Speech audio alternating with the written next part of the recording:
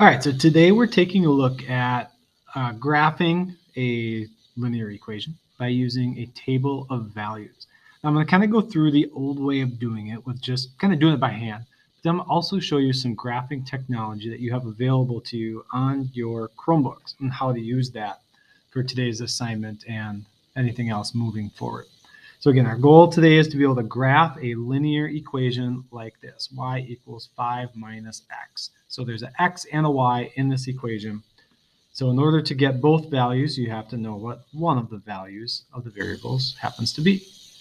So if we were to do this the old-fashioned way, we would take each of these x values that are given to us, or we'd come up with our own, and we're going to replace the x in the equation with that number, okay? Because that's where the x is. So if x is -2, I'm going to replace that in my equation, and I would say that the y value is going to equal, let's see, it was 5 minus x. I do 5 take away -2.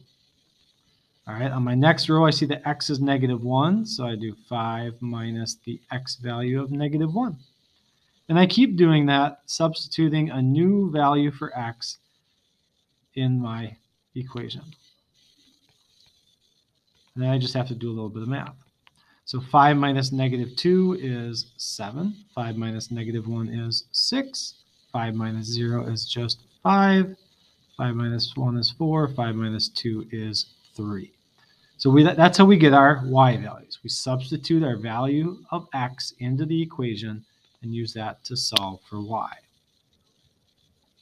All right, so what does this mean? Anything that we have in a table, like an XY table, or we call it input-output table, represents an ordered pair, a point on the graph, x comma y. So -2 comma 7 is our first solution that represents the x and the y pair that makes the equation true. So if I graph that, my x-axis is the one that goes across from left to right. My y-axis is the one that goes up and down. So -2 comma 7, I always start at the origin, but since x is -2, I go to the left. Okay, this is where -2 is. But then I also want to go up to where y is +7. I believe is right there. So I go to the left 2, and I go up 7, and that's my point for -2 comma 7.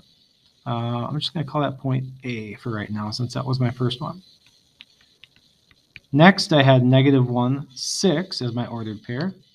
So I go to the left to -1, and I go up to 6. So -1, 6. I call that point B. Next, I have 0 comma 5 as my ordered pair. So since the x value is 0, that means I don't go left or right. I stay right in the middle there at the origin, but I do have to go in the y direction, +5. So that's going to be right there. I'm going to call that point C. I have 1 comma 4, which now, since x is positive, I go to the right 1 and up 4. Call that point D. And finally, 2 comma 3. So I go to the right 2, up 3. And I'm going to call that point E. So I have my 5 points. And because this is a linear function, I can see that my points line up. Therefore, I can draw a line through the points. And remember to put arrows at the end. So that's kind of the old-fashioned way of how we would have originally made a table of values before technology made lives easier. Let's take a look at another example. And because we're dealing with a fraction here, we're going to actually use the technology. So I'll show you how to do that. So we're going to graph the equation y equals 1/2 x plus 3 by finding 5 ordered pairs, 5 xy pairs, and plotting them on the graph. To do that, I'm going to go to a web browser, and I'm going to open up desmos.com.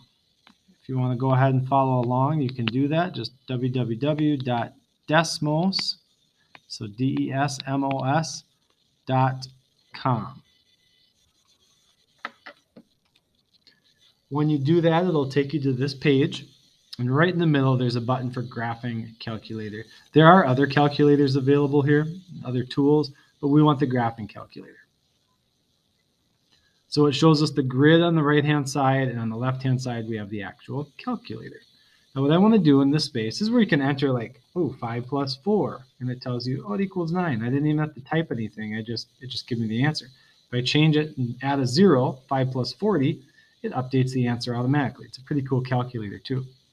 But I want to enter my equation, y equals 1/2.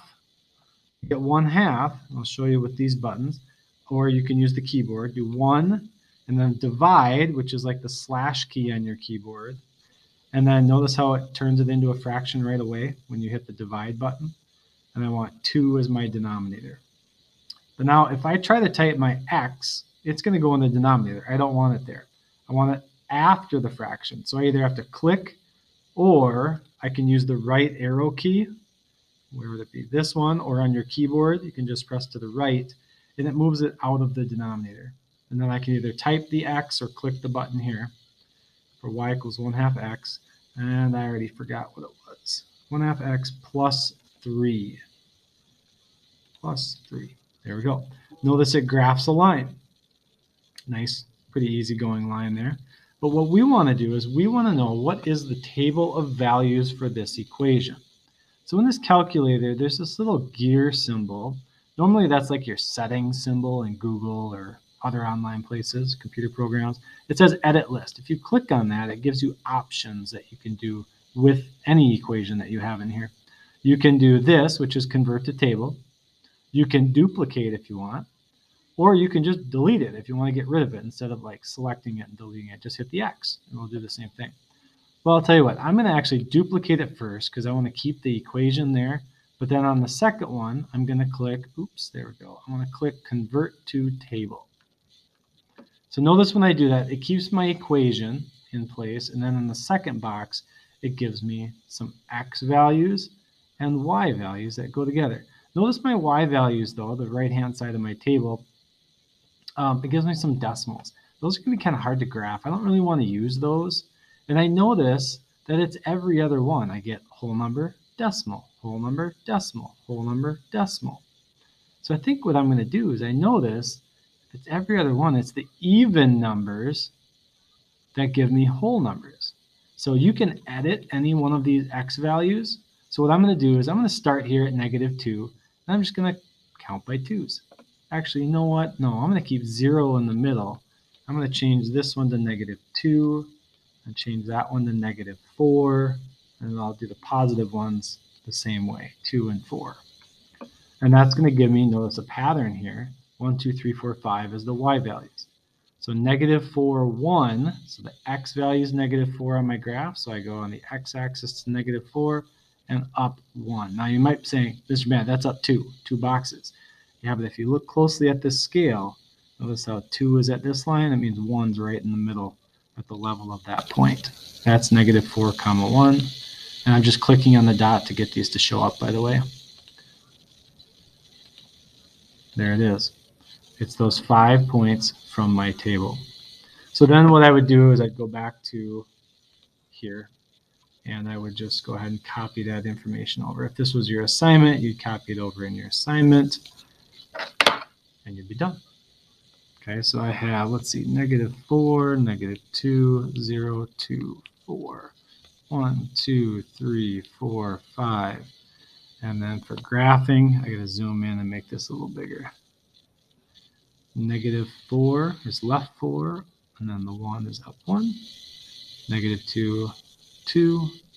0, 3. Remember, 0 means I don't go left or right. I just go up 3 because the Y value is +3. 2, 4, and then 4, 5. So there's my 5 ordered pairs. I draw my line to show all of the solutions, not just the whole number ones. Remember, we had decimals in our table before. That would be like the in-between ones. So we draw a line to show all of the solutions. All right, I'm going to stop there. If you have any questions, let me know. Again, decimals.com is that tool that you want to use. Once you type your equation in and make sure it looks exactly like it does on the assignment, click the edit list button and then convert to table is how you can get that. I should also mention if you need more than 5 X values for some reason, Just go to any X value and press the return key or enter key, and it will create the next one in sequence. Decimals knows we were counting by twos, so it smartly made the next X value 6 so that the Y value was a whole number. Decimals is pretty smart, and that's what we're going to be using a lot this year. All right. Please let me know if you have any questions. Reach out, send me an email or a text, or we could do a Google Meet if it's something that will help. We can go through it and I can share my screen with you. So have a great rest of your day. Good luck with everything, and let me know if you need help.